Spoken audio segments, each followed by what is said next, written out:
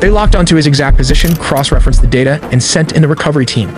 The name of his program is Deliberate, Murmur for the clinical rhythm of the heart, Ghost for locating an asset that had effectively disappeared. During the rescue, a lot of people were asking, why would the US willingly destroy a $200 million plane? Well, the destruction of that C-130 in the Iranian desert is a stark reminder of just how unforgiving modern special operations can be. The Ghost Murmur hardware and the highly classified CIA tech packed inside these aircraft are so advanced and so vital to national security that the planes themselves become completely expendable. To the US military, deliberately burning hundreds of millions of dollars worth of equipment isn't a failure. It's a necessary sacrifice to keep American secrets in the dark, deny the enemy a massive technological windfall, and most importantly, bring American personnel home alive. Now you might be asking, why did the weapons system officer not just use a radio or a coded signal to broadcast his location? The reality is that Iranian signals intelligence is much more sophisticated than most people realize. They have dedicated units specifically designed to hunt and track continuous broadcasts. When their F-15 was shot down by a surface-to-air missile, both crew members managed to eject, but the weapons system officer was injured in the process. His immediate objective? Get to higher ground. Despite his injuries, he hiked over 2 miles and scaled a 7,000-foot ridge line. While dodging capture, he managed to trigger his emergency beacon, pinging US forces so they could begin tracking his location.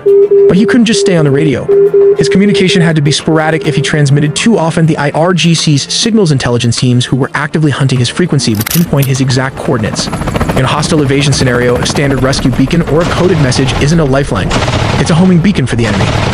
And that is exactly why the Ghost Murmur is the perfect tool for tracking a soldier behind enemy lines. To buy the downed officer time, the CIA launched a massive disinformation campaign inside Iran. They started leaking rumors that US forces had already found the WSO and were attempting to smuggle him out on the ground.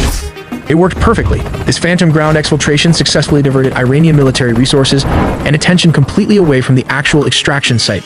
But time was up.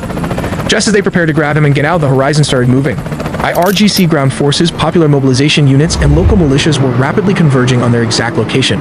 What happened next was an absolute slugfest. A massive hours-long firefight erupted right in the middle of the day. Look at this ridge. They were surrounded, taking fire from all sides. US operators laid down a withering wall of suppressive fire. The commandos locked down a 360-degree defensive perimeter, guns up, air cover overhead, designed to annihilate any IRGC element that stepped within range. But it was the loitering US aircraft overhead that truly tipped the scales. To keep the extraction corridor from collapsing, American air power continuously hammered the advancing Iranian units. Assets like the A-10 Thunderbolt rained hellfire down on them. The sheer volume of close air support from the A-10s, Little Birds, and Black Hawks pounded the surrounding Iranian positions, taking a heavy toll and resulting in reported casualties across areas like Qusayr and Kakan.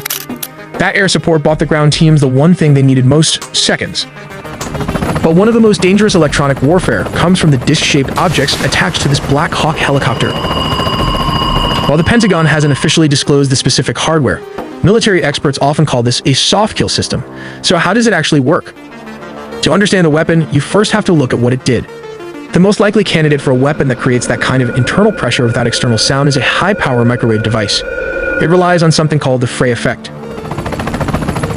The weapon, probably carried by a Chinook or a Black Hawk helicopter, fires a focused beam of pulsed microwave energy, not sound waves, that passes right through the skull. These beams are absorbed by the water in the brain tissue and the fluid in the inner ear. This energy causes a minuscule rapid heating of the tissue, less than 1 degree Celsius. But that tiny sudden expansion generates a pressure wave inside the skull. The consequence? The target hears a sound, clicks, buzzing, or a roar that originates inside their own head, bypassing the eardrums entirely. If the frequency is tuned to the resonance of the inner ear, it violently disrupts the body's balance, causing immediate vertigo. At higher power levels, that rapid tissue expansion can rupture capillaries, leading to the reported nosebleeds and internal trauma. There is another possibility: a weaponized infrasonic pulse emitter. Instead of a continuous beam, this device would fire high-intensity slugs of low-frequency air pressure below 20 Hz. These waves travel through the body and match the resonant frequency of internal organs like the stomach or lungs. High-intensity infrasound can actually cause cavitation, the formation of bubbles in bodily fluids. When those bubbles collapse, they create tiny shockwaves that damage tissue. The target feels an intense vibration in their gut, leading to severe nausea and effectively paralyzing them with pain and sickness.